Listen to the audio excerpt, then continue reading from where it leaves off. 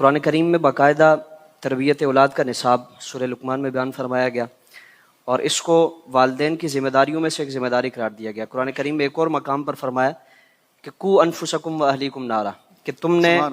خود بھی اپنے آپ کو دوزخ سے بچانا ہے اور اپنی اولاد کو بھی دوزخ سے بچانا ہے، جس کو حدیث مبارکہ میں فرمایا نا کہ کلکم راعٍ وکلکم مسئول عن رعیتہ، کہ تم میں سے ہر ایک نگہبان ہے اور ہر ایک سے اس کی رعایا کے بارے میں سوال کیا جائے گا۔ تو صحابہ نے عرض کیا رسول اللہ، ہم تو عام عوام ہیں، ہم میں سے کوئی مزدور ہے، کوئی کسان ہے، کوئی چھوٹا موٹا کام کرنے والا ہے، رسول اللہ ہماری رعایا کون سی ہے؟ تو حضور نے فرمایا کہ تمہاری رعایا تمہارے گھر والے ہیں، ان سے متعلق تم سے پوچھا جائے گا۔ تو ہمیں اپنی اولاد سے متعلق یا گھر میں ہمارے جتنے بھی زیر دست افراد ہیں ان سے متعلق اللہ رب العالمین کی بارگاہ میں جواب دینا ہے، اور پھر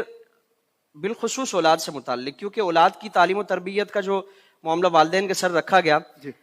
اولاد کی اس عمر میں یعنی بچپنا جو ہے، جو تربیت کی ایک عمر ہے،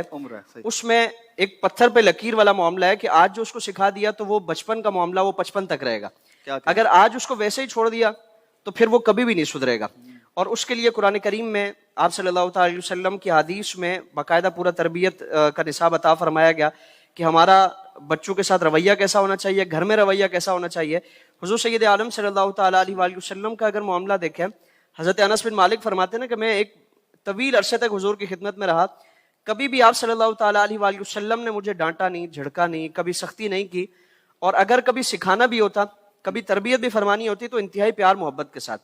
یعنی اولاد کی تربیت جو والدین کے سر رکھی گئی ہے تو وہ حاکم مطلق نہیں بنا دیا گیا یا چودھری نہیں بنا دیا گیا کہ تم نے اپنی منمانی کرنی ہے، بچے کی عزت نفس کا بھی خیال رکھنا ہے اور بچے کو اس طور پر سکھانا ہے جس طرح حاجی صاحب نے کلام فرمایا نا کہ نماز سے متعلق کہ ایک عمر تک اس کو سکھانا اور پھر اس پر سختی کرنے کا اگلا جو مرحلہ ہے وہ بیان فرمایا گیا، تو اس سے پہلے فرمایا کہ انتہائی پیار کے ساتھ، محبت کے ساتھ، نرمی کے ساتھ اس کو نماز کی طرف لانا ہے،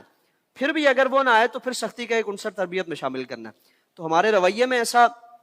طرز عمل ہونا چاہیے کہ جو اولاد کے لیے بھی قابل قبول ہو، اولاد کی عزت نفس کا بھی خیال رکھا جائے، اور اس کو دوستوں کے سامنے یا رشتہ داروں کے سامنے، عام لوگوں کے سامنے اس کو ڈانٹنا، جھڑکنا اور اس کو ڈیگریڈ کرنا